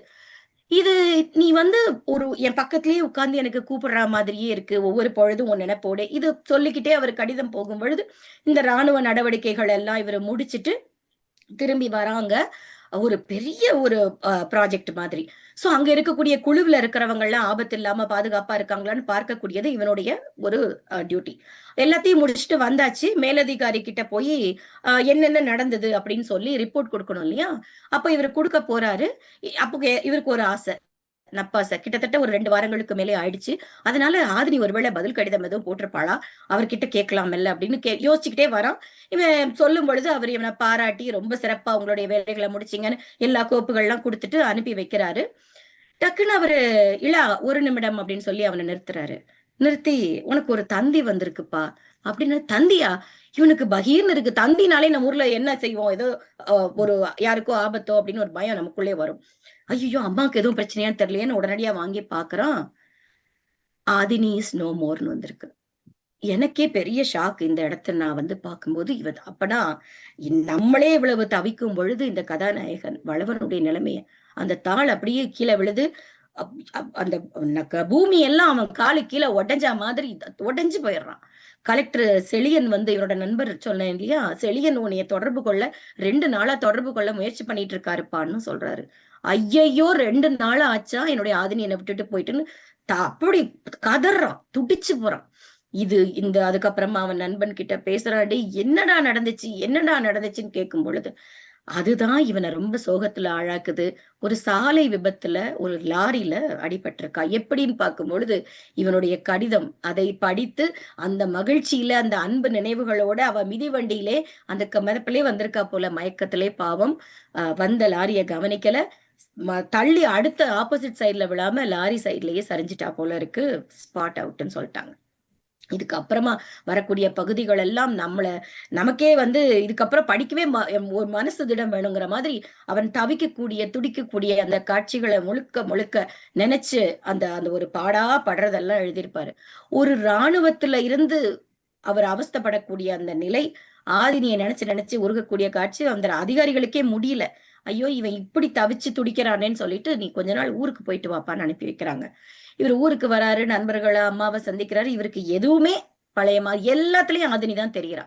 இந்த சூழல்ல அந்த ஆதினியோட அப்பா அம்மாட்ட கூட்டிட்டு போறாங்க இவனை. அங்க அவ வாழ்ந்த வீடு, அவளுடைய அறைகள் எல்லாம் போய் பார்த்துட்டு, இவனுடைய ராணுவ உடை அணிந்த ஒரு படமும் அவள் படமும் அவங்க அப்பா அம்மா அங்க வச்சிருக்கிறாங்க. அப்ப அவங்களுக்கும் தெரிஞ்சிருக்கு. இப்ப அவங்களோட அனுமதியோட அந்த படத்தை எடுத்துட்டு சோகமா இவர் வெளியில வராரு. அவங்க சொல்றாங்க, எங்களுக்கும் கொடுத்து வைக்கல, உங்களுக்கும் கொடுத்து வைக்கல தம்பி அப்படின்னு சொல்றாங்க. அப்பதான் அவன் நண்பன் பேசிக்கிறாங்க, டேய் இவனை ஆதிரை கிட்ட கூட்டிட்டு போலாமா அப்படின்னு. அப்ப அவங்க ஆதினியோட அப்பா அம்மா சொல்றாங்க, கட்டாயமா அழைச்சிட்டு போங்க. இவனுக்கு அந்த குழப்பத்துல இவனுக்கு புரியல, என்ன பேசிக்கிறாங்க, ஆதிரையா, அது யாரு அப்படின்னு. கார்ல வரும்போது கேக்குறான், யார் அது ஆதிரை அப்படின்னு. சொல்றோம்டா சொல்றோம் அப்படின்னு, நீ உணர்ச்சி வசப்படக்கூடாதுன்னு அவனை சமாதானப்படுத்தி அந்த ஒரு கிட்டத்தட்ட ஒரு சாப்டருக்கு சொல்லாமே கடந்து போறாங்க. ஏன்னா அவனுடைய மனநிலை, அவன் துடிக்கிறத பார்த்துட்டு பயப்படுறாங்க. கடைசியில அது என்ன விஷயம்னு பாத்தீங்கன்னா, ஆதினியுடைய இதயம் ஆதிரை என்ற பெண்ணுக்கு பொருத்தப்பட்டிருக்கிறது. அவள் ஒரு கல்லூரி மாணவி. அவளுக்கு தீரன்னு ஒரு மாமன் மகன் இருக்கிறான். இப்ப அந்த பெண்ணை தான் இவங்க பார்க்க கல்லூரிக்கு வரக்கூடிய ஒரு காட்சி. முதல்ல இவனுக்கு ஆஹ் அந்த பெண்ணை பாக்குறதுல, என் ஆதினி, என் காதலை சுமந்த இதயத்தை தாங்கிக் கொண்டிருக்கக்கூடிய ஒரு பெண்ணை பார்க்க போகிறேன்னு அவன் துடிக்கிறான். இவங்களுக்கு அங்கதான் திக்குன்னு இருக்கு. ஐயோ, இவன் அந்த மாதிரி எண்ணத்தோட பார்த்தா அந்த பெண்ணுடைய வாழ்க்கைக்கு பிரச்சனை வருமே, ஏற்கனவே ஒரு பையன் வேற ரெடியா இருக்கானேன்னு சொல்லி அவங்க பயப்படுறாங்க. அதுக்குதான் தள்ளி போடுறாங்க. அதே சமயத்துல மருத்துவரும் சொல்றாரு, எந்த ஒரு அதிர்ச்சியையும் தாங்கக்கூடிய சூழல் அந்த பெண்ணுக்கு இப்பொழுது இல்ல, கொஞ்சம் நல்ல ஒரு மாசம் போகட்டும். அந்த ஒரு மாசம் இப்ப கடந்துருச்சுன்னு நம்புறாங்க. மருத்துவர்கிட்டையும் இவங்க கன்சல்ட் பண்ணிட்டு இவனை அப்பதான் கூட்டிட்டு போறாங்க கல்லூரிக்கு. இவனுக்கு சொல்லுவாங்க இல்லையா, இருப்பு கொள்ளல அந்த பெண்ணை பாக்குற வரைக்கும். அதுக்கப்புறம் இவனுக்கு ஒரு மனசுல ஒரு குழப்பம். சரி பார்க்காமலே போயிடுறான், எந்திக்கிறான். அப்புறம் திரும்ப ஒரு வழியா அந்த பெண்ணு நடந்து வரா, தீரன் கூடவே நடந்து வரான். அது ஒரு சுட்டி பெண்ணாக இருக்கிறாள். அவ சர்வசாதாரணமா, ஏன்னா அவளுக்கு இவன் யாருன்னே தெரியாது இல்லையா. இவன் அப்படியே அவளை பார்க்க பார்க்க, எனக்காக துடித்த இதயம் இப்போ ஆதிரைக்குள்ள துடிக்குதுன்னு இவருக்கு அப்படி. அப்போ அவ நடந்து வரும்பொழுது அந்த பெண் அப்படி தடுமாறி விழ போற மாதிரி போகும்போது இவன் பதறான், பார்த்து அப்படின்னு. கூட வர தீரன், இளமளவன் சார் பதறாதீங்க, இவ எப்பவுமே இப்படித்தான் விளையாட்டு பிள்ளையா இருப்பா, அங்கங்க விழுந்துருவா. என்னது விழுந்துருவாளா, துடிக்கிறாரு இவரு. இது ஒரு ஒரு ஒரு மாதிரியான ஒரு உணர்வு. இவனால அவளை சொந்தம் கொண்டாடவும் முடியாது, அவளுடைய நெஞ்சு இவனுக்கு சொந்தமானது. இது ஒரு ஒரு இக்கட்டான ஒரு சூழல். இது ரொம்ப அத நிறைய இதுல எழுதியிருக்கிறாங்க இவங்க. அவன் எப்படி அத தவிப்போட அவன் இத கடந்து வரான் அப்படின்னு சொல்லிட்டு. இந்த காதலினுடைய இழப்பை அவர் எப்படி தாங்குகிறார், எப்படி மீண்டு வராரு அப்படிங்கறது அந்த கடைசி அத்தியாயங்கள்ல நீங்க படிச்சே ஆகணும். ஒருத்தங்களை நம்ம உண்மையாக நேசிக்கும் பொழுது அந்த காதல் நம் மனதை விட்டு என்றுமே அழிவதில்லை. ஆதினி ஆதினியை விட்டு அவள் உயிர் மட்டும்தான் பிரிஞ்சிருக்கே தவிர உணர்வுகளோடே வளவன் வாழ்ந்துட்டு இருக்காரு. அவர் எடுக்கக்கூடிய சில அறிவார்ந்த யதார்த்த முடிவுகளை பற்றி இந்த நூலை நீங்க வாங்கி படிச்சுதான் தெரிஞ்சுக்கணும். அவர் ஒரு பிள்ளைகளை தத்தெடுக்கக்கூடிய காட்சி, அவளுடைய பெயர்லேயே ஒரு அறக்கட்டளை வைக்கக்கூடியது, அவள் நினைவோடே தனிமையோடு வாழக்கூடிய ஒரு முடிவு. தனிமை என்பது ஒரு வரம், தனிமை என்பது ஒரு வலிமை, தனிமை என்பது ஒரு ஆற்றல், தனிமை என்பது ஒரு ஆளுமை அப்படின்னு இந்த அருமையான மெய்யின் மெய்யுறவே நாவலை முடிச்சிருக்காங்க நம்ம சக்தி அவர்கள். அவர்களுக்கு என்னுடைய நெஞ்சார்ந்த வாழ்த்துக்களை சொல்லிக்கொண்டு, இன்னும் பல நாவல்கள் எழுத என்னுடைய வாழ்த்துகள் மற்றும் பாராட்டுகள். கேட்டுக்கொண்டிருந்த அனைத்து நல்ல உள்ளங்களுக்கும் என் அன்பின் வணக்கம். நன்றி தோழர். மிக்க மிக்க நன்றி ஆனந்தி அவர்களுக்கு. அதாவது இவ்வளோ பெரிய நெடுங்கதையை இவ்வளோ சுருக்கமாக சொல்றதுக்கே உங்களுக்கு முதல்ல பாராட்டணும். முக்கியமான பகுதிகளை மட்டும் தொட்டு காட்டி அதை அந்த நெடுங்கதையை படிக்கணும் அப்படின்ற ஆவலை நீங்கள் ஏற்படுத்தியிருக்கிறீங்க. மிக்க நன்றி. முக்கியமான ஒரு செய்தி ஆனந்தியை பற்றி, கொக்கரக்கோ இதழினுடைய ஆசிரியராகவும் அவர் இருக்கின்றார். தொடக்கத்தில் நான் மிகச்சிறப்பாக அந்த கவிதைகளை பார்த்து அதை அனுப்புவதாக இருக்கட்டும், அந்த பிடிஎஃப் டிசைனுக்கு நிறைய பொறுப்புகளை அவர் பல்வேறு இதழ்களில் செய்து கொண்டிருக்கிறார். அதே மாதிரி கொக்கரக்கோ மின்னிதழுக்கும் அவர் வழங்கி கொண்டிருக்கின்றார். நன்றி ஆனந்தி. நாம மலர் அவங்க கிட்ட போறதுக்கு முன்னாடி இணைந்திருக்கக்கூடிய தோழர்களுக்கு ஏதாவது கருத்துக்கள் இருந்தா கண்டிப்பா நீங்க பகிர்ந்துக்கணும். இறுதியாக நம்முடைய நெடுங்கதை ஆசிரியர் அவருடைய கருத்தை பதிவு செய்வார். தோழர்கள் யாருக்காவது கருத்துக்கள் இருக்குங்களா? வணக்கம். நன்றிம்மா. நன்றி ஆனந்தி, ரொம்ப அருமையாக சொல்லியிருக்கீங்க. எழுதுனதை திருப்பி நான் எல்லாம் கேட்டதெல்லாம் எனக்கு புல்லரிக்குது. அந்த அளவுக்கு நீங்க ஆழமா அதை படித்து அதை வந்து பொருள் எல்லாத்தையும் இன்னும் தொடர்ந்து எல்லாம் சொல்லி முடிச்சிருக்கீங்க. எனக்கே ரொம்ப மகிழ்ச்சியாகவும் ஆச்சரியமாகவும் பெருமையாகவும் இருக்கிறது. கல்பனா என்னுடைய தோழி, ராதா என்னுடைய தோழி, ஏன்னா ஜெயபிரகாஷ் அண்ட் ராஜா ஜாயின் பண்ணியிருக்காங்கன்னு நினைக்கிறேன். அந்த கல்பனா, நீங்க இந்த கதையை பத்தி ஏதாவது நீங்க சொல்றதுனா சொல்லுங்க. உங்களுக்கு ரொம்ப பிடிச்சது ராதாவும். நீங்களும் ஏதாவது ஏன்னா சில வரிகள் சொல்றதுனா சொல்லுங்க. அதுதான் அக்கா அவங்க தோழர் சொல்லிட்டு இருந்தாங்க. முதல்ல நம்ம ஆ, இணைப்புல இருக்கவங்க கிட்ட கருத்து கேட்டுட்டு கருத்து நூலாசிரியர் கேட்டுட்டு கிட்ட லாஸ்ட்ல வரேன்னு ஆமா சொல்லிட்டு இருந்தாங்க. ஆமா. அதான். கல்பனா, நீங்க இதுல இருக்கீங்கன்னு நினைக்கிறேன், மியூட்ல. ராதா, மியூட்ல இருக்கீங்களா? ஆமாங்க மலர், ஒரே நிமிஷங்க. சொல்லுங்க, நீங்க சொல்லுங்க. கேக்குது, நீங்க பேசுங்க. நான் இப்போ சமீபமா தான் உங்க புக்ஸ் படிக்க ஆரம்பிச்சிருக்கேன். பட் இந்த நாவல் பத்தி நான் கேட்க கேட்க எனக்கு சொல்ல வர்றது வந்து இது வந்து படிக்க இன்னும் ஃபியூ பேஜஸ் தான் படிச்சிருக்கேங்க. பட் படிக்க அவங்க சொன்ன விதம் வந்து ரொம்ப எமோஷ்னலா அப்படியே எங்கேயோ கொண்டு போதுங்க. அந்த இமேஜினேஷன் கொண்டு வர வைக்குது, அதை படிக்க தூண்டுது. அதாவது ஒவ்வொரு வரியும் அந்த பாசத்தை சொல்லும்போது அதை வந்து எங்கேயோ கொண்டு போயிடுறாங்க. அதை விசுவலைஸ் பண்ணி கொண்டு வந்துட்டாங்க அவங்க சொன்ன விதம். ஸோ ரொம்ப நல்லா இருந்துச்சுங்க. இது வந்து படிக்கிறதுக்கான ஆர்வத்தை அதிகப்படுத்துது. சீக்கிரம் படிக்கணும் இந்த புக்கு அப்படிங்கிறத. ஸோ அந்த அவங்க சொன்னாங்க இல்லைங்களா, படிக்கத்தான் புரியும், இன்னும் அந்த வந்து கரெக்டா கொண்டு போறது அப்படிங்கிறது. ஸோ அது வந்து படிக்கணும் அப்படிங்கிற ஆர்வம் வருதுங்க. நிச்சயமா நிச்சயமா. நன்றி நன்றி நன்றி. ராதா. ஜெயபிரகாஷ், நீங்க ஏதாவது சொல்றீங்களா? கண்டிப்பாங்க. ஆ. இப்போ இன்னைக்கு கூகுள் அடிச்சு தமிழ் புக்ஸ்னு அடிச்சா பாத்தீங்கன்னா ஒரு 100-200 பேஜாவது பிடிஎஃப் வருங்க. எத்தனையோ ஆன்லைன் பிளாக்ஸ் இருக்குது. ஹம், அஹ் எல்லாம் படிக்கிறோம், ஒரு 2-3 நிமிஷம் படிக்கிறோம், அப்புறம் நம்ம போர் அடிச்சதுன்னு சொல்லிட்டு ஆடியோ லிசனிங் மோடு போயிடுறேங்க. மோடும்போது லிசனிங் கேட்கும்போது பாத்தீங்கன்னா உங்களுக்கு வேற ஏதாவது ஆட் வந்துருது. So will be distracted. So என்ன சொல்ல வரேன்னா, எலக்ட்ரானிக் என்ன நீங்க வந்தாலும் ஒரு புத்தகம் வந்து அந்த அந்த பேப்பரோட சத்தம் இல்லைங்களா, அதை வந்து ரீப்ளேஸே பண்ண முடியாது. சில சாஃப்ட்வேர்லாம் அந்த ஃபிளிப்பிங் சவுண்டும் கூட கொடுத்து பார்க்கறாங்க. But still physical book can not be replace with electronic media. ரெண்டாவது, நாங்க இருக்கிறது மினியாபோலிஸ். ஒரு லைப்ரரி பர்சனலா போகும்போது இன்டர்நேஷனல் புக்ஸ்னு ஒரு செக்ஷன் இருக்கும். அங்க போய் பார்ப்பேன் ஏதாவது தமிழ் புக் இருக்குமான்னு. So we are really working hard to have Tamil books on Minneapolis libraries also. So இந்த மாதிரி நான் புக் தேடிட்டு இருக்கும்போது ஒரு ஃபங்க்ஷன்ல தான் இவங்களை சந்திக்கிற வாய்ப்பு எங்களுக்கு கிடைச்சது. அவங்க புத்தகங்கள் படிக்க இப்போதான் ஆரம்பிச்சிருக்கோம். எஸ்பெஷலி இந்த புக்கு நான் இனி படிக்கலைங்க, வேற புக்கு படிச்சுட்டு இருக்கேன். நடை வந்து ரொம்ப அருமையா இருக்குதுங்க. அது எஸ்பெஷலி வெளியே இருக்கவங்களுக்கு இன்னுமே எங்களுக்கு ரொம்ப அதிக சந்தோஷம் தருது. ஏன்னா உங்களுக்கு கடைவீதிக்கு போனா 1008 புக் உங்களுக்கு சென்னையில கிடைக்கலாம். பட் இங்க வந்து அவைலபிலிட்டி கம்மி, அதுவும் ஒரு ஆத்தர் வந்து நம்மளோட இருக்காங்க போது எங்களுக்கு ரொம்ப பெருமையா இருக்குதுங்க. So we really appreciate. அதுக்கு அடுத்தது அந்த புத்தகத்தை பற்றி நீங்க கொடுத்த முன்னுரை அது ரொம்ப அழகா இருந்ததுங்க, அருமையா சொன்னீங்க. ஸோ கண்டிப்பா படிக்கணும்னு தோன்றுது. லக்கிலி நாங்க புக் வாங்கிட்டோம். ஸோ கண்டிப்பா படிச்சுட்டு என் கருத்துக்களை அவங்களுக்கு இமெயில் அனுப்புவோங்க. ரொம்ப நன்றிங்க. நன்றி நன்றி தோழர். அதுல வந்து ஆனந்தி சொன்னதுல ரொம்ப முக்கியமானது அழகான தமிழ் பெயர்கள். இளம்வளவன், ஆதினி, ஆதிரை, அவ்வளவு அழகான தமிழ் பெயர்களை இன்னும் யாரும் வந்து நெடுங்கதையிலயோ சிறுகதையில கூட யாரும் பயன்படுத்துறது இல்ல. ரொம்ப சிறப்பா இருந்தது. அந்த பெயர்களை வந்து கேட்கும் பொழுதே இனிமையாக இருந்தது. நன்றி உங்களுடைய கருத்துக்களுக்கு. வேற யாருக்காவது கருத்துக்கள் இருக்குங்களா? கல்பனா, நீங்க சொல்றீங்களா? அவங்க படிச்சுட்டு ஒரு பக்கத்துக்கு எனக்கு எழுதியிருந்தாங்க. ரொம்ப ரொம்ப உணர்வு பூர்வமா, ரொம்ப மனசை பாதிக்கிற அளவுக்கு இருந்ததுன்னு. கல்பனா, நீங்க சொல்லுங்க. வாங்க கல்பனா, நன்றி. மியூட் எடுத்துருங்க. கல்பனா, அன்மியூட் பண்ணிக்கிங்க. அன்மியூட் பண்ணிக்கிங்க. இல்ல, அன்மியூட் உங்களோடது கேட்கல. அன்மியூட். கேட்கல. இல்ல, எடுக்கல. நீங்க அந்த மைக் சைனை ஒரே ஒரு வாட்டி பிரஸ் பண்ணுங்க போதும். மைக் சைனை பிரஸ் பண்ணுங்க. இப்ப பேசுங்க. வணக்கம் Kalpana. Hello, good morning to all of you. I am Good morning. Kalpana from Chennai, joining the Zoom invite given by Malar, ம்ஹும். a very dear friend of mine. ஆமா. Actually, என்னோட cousin-ஓட close friend தான் மலர். They started their life together.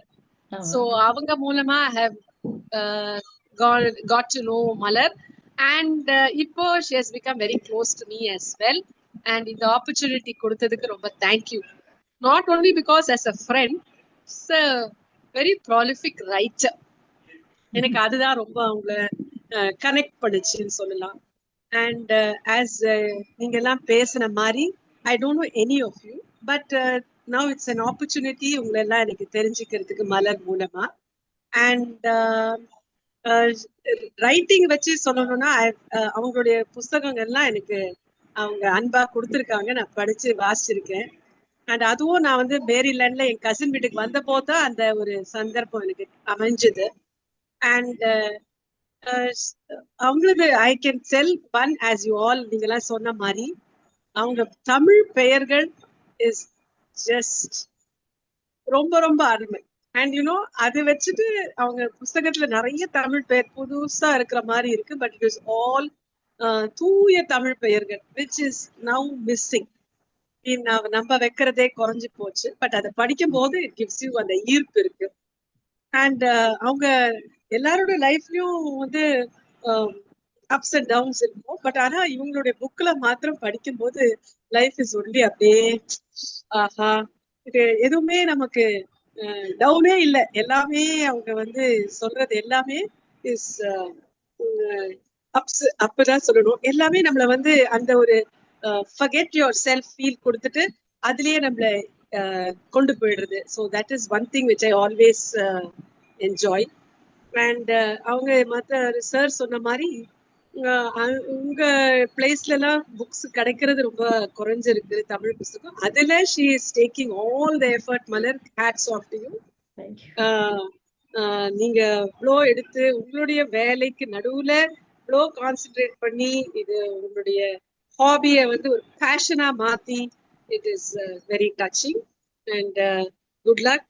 And உங்க கதைகள் எல்லாம் at least அது though I don't go much into electronic, I still prefer புஸ்தகத்தை படிக்கிறது தான். இட் இஸ் அந்த ஒரு கனெக்ட் இருக்குது டெஃபினட்டா. அது இந்த generation may not be, but என்னோட ஜெனரேஷனுக்கு ஐ ஃபீல் அந்த புஸ்தகத்தை எடுத்து வாசிக்கிறது அது சில டைம் நானா வைக்கணும்ன்ற போதுதான் I feel I can leave. Otherwise your stories are so engrossing. So அதனால அப்படியே அதுல ஈர்ந்து அந்த ஒரு கனவு உலகத்துக்கு போயிட்டு கொஞ்ச நாளையாவது I am able to live that part which you are portraying in your book. So hats off and thank you also for giving this opportunity. இந்த நாவலை பத்தி கொஞ்சம் சொல்லுங்க, நீங்க படிச்ச எக்ஸ்பீரியன்ஸ் இந்த நாவல் பத்தி. சாரி கல்பனா, இந்த நாவல் படிச்சீங்களா மெய்யின் மெய்யுருவே, அத பத்தி ஏதாவது 2 வரிகள் சொல்லுங்க. ஒண்ணு, அந்த பெயர்கள் ரொம்ப அருமை. Valavan and Aadhini, that was very thing. And நீங்க சொன்னது வந்து என்னன்னா மெயினா வந்து ஒரு உருவம் இருந்தாதான் ஒரு காதலோ தட் இஸ் லவ் அட்டாச்மெண்ட் இருக்கணும்னு இல்லை. Even when that person is not there, அதுதான் ஒரு சோல் டு சோல் ஒரு கனெக்ட் பண்ண முடியுது. ஸோ உருவம் இல்லைன்னா கூட அந்த அவங்களுடைய நினைவே நம்மள வந்து நகர்த்தி சில லைஃப்ல ஃபேஸ் பண்றதுக்கு that is a guiding light. So that was a very nice way you have portrayed. நம்ம வந்து என்ன சொல்றது, ஒருத்தரை தூய அன்பா நம்ம நேசிச்சோம்னா அது எப்படி நம்மள லைஃப் லாங் நம்மள கொண்டு போகும்ன்றது அந்த கதையின் உருவை நீங்க வச்சு அது டெஃபினட்டா மெய் உருவே தான். It is very nice. And நான் சொன்ன மாதிரி அந்த ஒரு கதை, அந்த புத்தகத்தின் அட்டை, அந்த படம், அதெல்லாம் வந்து you have given a lot of thought. அந்த கதை வாஸ் வெரி டச்சிங். அதுதான் நானும் நினைச்சேன். அண்ட் என்ன சொல்றது, அந்த the way he is able to அவளை கடந்து அந்த புது பொண்ணை போய் பார்த்தாலும் அவளுடைய இதே அங்க போனாலும் அங்க போய் அவளை வந்து சில டைம் அவன் தடுமாற நினைக்கலாம், ஆனாலும் அவனுடைய பாதையை அவன் நகர்த்துற போது அவளுடைய இதுதான் is making him go every step in லைஃப்ன்றது போது it is very well thought of. அந்த கரு is very very nice and நல்ல ஒரு இன்னைக்கு நம்ம சமுதாயத்துல இது தேவை. அன்பு நம்மள கடந்து நம்மள வந்து just to take us in every ஸ்டெப்ன்றத நீங்க ரொம்ப அருமையா சொல்லியிருக்கீங்க. வாழ்த்துக்கள். அண்ட் மேலும் உங்க பணி தொடர all the very best. And thank you once again for giving me this opportunity to join your link. நன்றி நன்றி நன்றி நன்றி. Kalpana. Thank you so much for saying all the wonderful words. Thank you. வேற யாருக்காவது கருத்துக்கள் இருக்குங்களா? பிரியா, அப்பர்ணா அவங்களுடைய பெயர்களை தான் நான் பார்க்கிறேன்.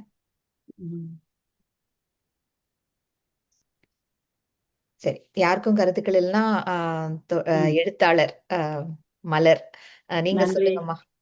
நன்றி கனிமொழிமா. என்ன தமிழுக்கும் தமிழ் தாய்க்கும் தமிழ் மொழிக்கும் நம் தமிழ் மக்களுக்கும் என் இனிய வணக்கம். என் அன்பு தோழி தங்கை ஆனந்தி, நெல்லை ஆனந்தி அவர்களுக்கு மிக்க மிக்க மகிழ்ச்சியோடு கலந்த நன்றி. பெருமையாக இருக்கிறது. ஒரு பெண்ணின் ஒரு யூனோ பெண் ஒரு எழுத்தாளர், அவங்களும் எழுத்தாளர், அதே சமயத்தில் அவங்க கொக்கரக்கோ என்ற இந்த இதழையும் ஆரம்பித்து நடத்துவது எனக்கு மிகவும் பெருமையாக இருக்கிறது, மகிழ்ச்சியாக இருக்கிறது. கனிமொழி தான் ஆரம்பிச்சிருக்காங்க. நான் சப் எடிட்டர். அவங்க தான் எடிட்டர், நான் சப் எடிட்டரா இருக்கேன் அவங்களோட. எடிட்டர். ஆமா, கனிமொழி அவர்களுக்கும் எனக்கு மிக்க மகிழ்ச்சி கலந்த வாழ்த்துக்கள். இது மாதிரி நிறைய செய்ய வேண்டும், பெண்கள் நிறைய இணைய வேண்டும். அது நம்ம திறமையும் தீர்க்கம் அறிவு ஆற்றல் அனைத்தையும் இந்த உலகிற்கு காட்ட வேண்டும் என்பது என் பணிவான வேண்டுதல். இத்தோடு எனக்கு என் நாவல் என் நூலை இந்த அளவு படித்து ஆனந்தி அம்மா இந்த அளவு படித்து ஆய்வு கட்டுரை மாதிரி அனைத்தையும் கூறியிருக்கிறார்கள். அது எனக்கு மிகவும் மகிழ்ச்சியாக இருக்கிறது. மீண்டும் நான் கேட்பதற்கும் நான் எழுதியதன் பொருளை உணர்ந்து அதை அந்த கதாபாத்திரம் பேசுகிறது, அதில் போகும் செய்திகள் போய் சேருகிறது என்பது எனக்கு மிகவும் பெருமையாக இருக்கிறது. நம்ம எழுதும் போது அதிகமாக நம்ம நினைப்பது அந்த கதாபாத்திரம் உயிரோடு வாழ வேண்டும், அந்த குணங்கள், குணாதிசயங்கள், குணங்கள், அதை சுற்றி இருக்கும் இடங்கள், அவர்களை சுற்றி இருக்கும் உறவுகள், நட்புகள், அனைத்து பாத்திரங்களும் தொடர்ந்து அவர்களோடு பயணிக்க வேண்டும் என்று நினைத்து நான் எழுதுவேன். சிறு பாத்திரத்துக்கு கூட ஒரு முக்கியத்துவம் கொடுப்பேன். அது மாதிரி மிதிவண்டிக்கும் முக்கியம் கொடுக்கப்பட்டுள்ளது. இதில் முக்கியமாக நான் இதை சொல்ல வேண்டும் என்றால், இக்கதை ஒரு உண்மையான சம்பவம். ஓரிரு ஆண்டுகளுக்கு முன் இதை நான் கேள்விப்பட்டு என் மனதில் நின்று தாக்கத்தை ஏற்படுத்தியது. ஒரு 2 ஆண்டுகள் என் மனதிலேயே இருந்தது. இதை எப்படி எழுதுவது? நான் எழுதும் போது நம்ம வந்து ஒரு அன்பான நாவல்களாக எழுதுவேன், நான் ரொமான்டிக் நாவல். அதில் வந்து நம்ம பாத்திரத்தை அவர்களை இறக்க வைத்து அதை எப்படி எழுதுவது என்று எனக்கு மிகவும் யோசனையாக இருந்தது. அதை நான் மனதிலேயே நான் உருவாக்கி இதை வந்து ஒரு நல்ல விதமாக படைக்க வேண்டும், மற்றவர்களுக்கு அது ஒரு பாடமாகவும் இருக்கும், அது ஒரு வாழ்வியலின் ஒரு பகுதியை இந்த உலகத்திற்கு இப்படியும் வாழலாம் என்று காட்டுவதாக இருக்க வேண்டும் என்று நான் நினைத்து அந்த கதையை உருவாக்கினேன். இதில் அறிவியலும் உணர்வியலும் சேர்ந்து எழுதப்பட்ட கதை இது.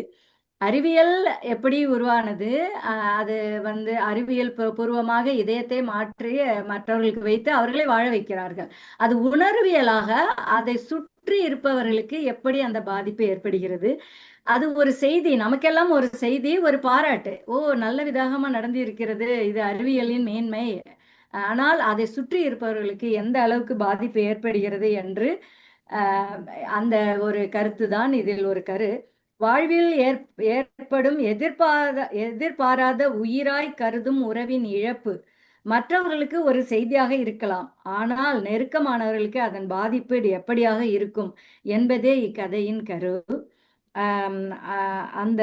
அந்த பகுதியை விட மிகவும் மாறி வரும் இக்காலத்தில் ஆனந்தியும் அவர்களும் சொன்னார்கள், கல்பனாவும் சொன்னார்கள், ஜெயபிரகாஷும் சொன்னார்கள், மிகவும் மாறி வரும் இக்காலத்தில் அன்பு, பாசம், நேசம், காதல், கருணை எல்லாம் மாயமாக மறைய தொடங்கிவிட்டது. அதற்காக நான் கதையில் காலத்தை சற்று பின்னோக்கி எடுத்துக்கொண்டு சென்றிருக்கிறேன். அந்த காலத்தில் நாம் எல்லாம் வாழ்ந்தபோது இவை எல்லாம் தான் கூடுதலாக இருந்தது. பொருள் சார்ந்த சமூகம் இப்ப அதிகமாக பொருள் சார்ந்த பணம் சார்ந்த சமூகமாக மாறிக்கொண்டு இருக்கிறது இப்பொழுது. அதுக்காக நான் அதில் எழுதினேன். இதில் தூய அன்பும் உயிராய் கொண்ட காதலுமாக அவர்கள் நினைவாகவே வாழ முடியும், வாழ்ந்து பல நன்மைகளும் நம்மை சுற்றி உள்ளோர்களுக்கும் சமுதாயத்திற்கும் செய்து நம் வாழ்வை உலகிற்கு பயனுள்ளதாக மாற்ற முடியும் என்று இந்நாவல் உணர்த்துகிறது.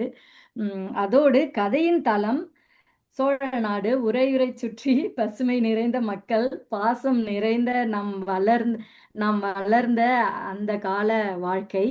அதை ஆனந்தியும் அழகாக சொன்னார்கள். நினைவுகளை புதுப்பிக்கும்படி பல நிகழ்வுகள் கூறப்பட்டுள்ளது.